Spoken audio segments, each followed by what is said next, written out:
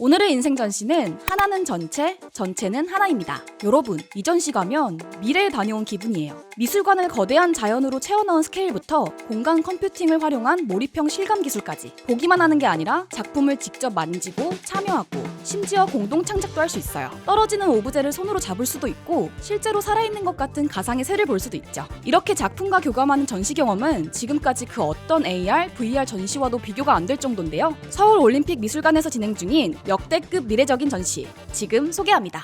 이 전시 바로 퓨처데이즈가 함께했는데요. 이들은 기술을 활용해 혁신적인 예술 콘텐츠를 선보이는 예술 그룹이에요. 2015년 VR 라이브 콘서트를 시작으로 회화, 음악, 무용, IT 등 다양한 장르의 예술을 기술과 접목해 예술의 영역을 확장하고 있습니다. 2019년 세계 최초 XR 전시로 문화예술계와 IT의 주목을 한몸에 받았는데요. 퓨처데이즈의 신준식 작가는 XR과 실감 미디어 작품의 선구자로 불리기도 하죠. 여기서 XR이란 익스텐디드 리얼리티, 바로 확장현실을 말해요. 가상현실과 증강현실을 넘어선 새로운 기술이자 더욱 진화된 가상세계라고 볼 수 있죠. 가상현실과 증강현실이 시각에 주로 의존한다면 확장현실은 시각 외에도 청각, 촉각, 후각 등 오감을 활용해 가상세계와 상호작용을 할 수 있어요. 퓨처데이즈는 이런 미래 기술을 활용해 시간과 공간을 주제로 한 작품을 선보여왔는데요. 이번 소마미술관과 공동 기획한 전시에서는 서울올림픽 35주년을 기념해 연결과 상호작용까지 표현했어요. 온 인류를 하나로 연결한 서울올림픽을 기억하는 의미로 모든 것은 연결돼 있다는 주제를 다채롭게 표현했죠. 역시나 이번 전시에서도 엄청난 기술을 활용했는데요. 가상현실, 증강현실뿐 아니라 혼합현실과 확장현실, 인공지능과 공간 컴퓨팅 기술까지 사용했어요. 보통 전시는 눈으로 보는 것에 그칠 때가 많잖아요. 이 전시에서는 오감을 활용해 즐기는 건 물론 관객의 반응에 따라 작품이 계속해서 바뀌기도 합니다. 손과 눈의 움직임을 인식하는 공간인식 기술, 시선 객체 기반 기술이 활용되었기 때문인데요. 계속해서 변하는 작품을 감상하는 재미도 있지만 직접 작품을 굴려도 보고 쓰다듬기도 하는 등 주도적인 참여를 통해 작품에 더 깊게 몰입할 수 있죠.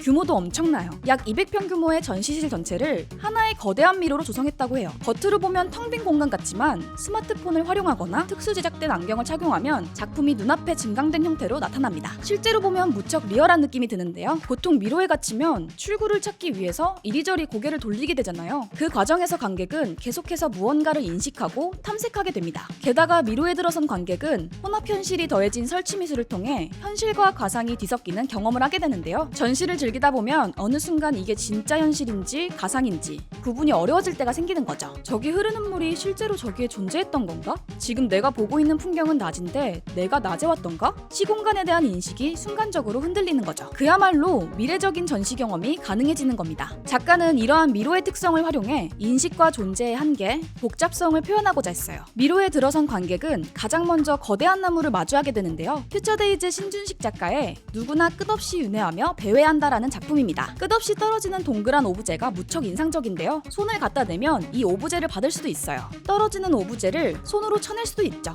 다른 길목에서 마주하는 새 작품도 마찬가지입니다. 관객의 발걸음에 반응하며 이동하는 오브제도 있고 미지의 생명체도 마주하게 되죠. 이처럼 관람객은 미로를 배회하며 기이한 존재들과 상호작용을 하게 되고 그 과정에서 자신도 모르게 점점 몰입하게 됩니다. 끝없이 펼쳐지는 듯한 미지의 공간, 마찬가지로 신준식 작가의 하나는 전체, 전체는 하나라는 작품인데요. 미로의 마지막에서 마주하는 이 작품은 설치 미술로 만들어졌어요. 전시장 전면에 거울을 설치하고 그 안에 바위산을 조성한 건데요. 이 바위산은 동양의 무릉도원이라는 이상적인 공간을 현대적으로 재해석한 공간이에요. 꿈에서 만난 듯한 환영의 공간으로 현실 같으면서도 비현실적인 공간이죠. 이 안에서 관객은 혼합현실이 반영된 여러 작품을 만나게 되는데요. 거대한 나무, 서로 충돌하는 해와 달, 관객의 시선을 따라 움직이는 호랑이까지. 게다가 멀티버스의 공간을 표현하기 위해 거울이 사용되었는데요. 거울이 주는 무한한 공간감과 더불어 실제와 환상, 현실과 가상의 경계를 허물어버립니다. 작가는 이러한 경험을 통해 현실이란 뭔지, 우리가 서 있는 현실이 진짜 현실인지 물음을 던져요.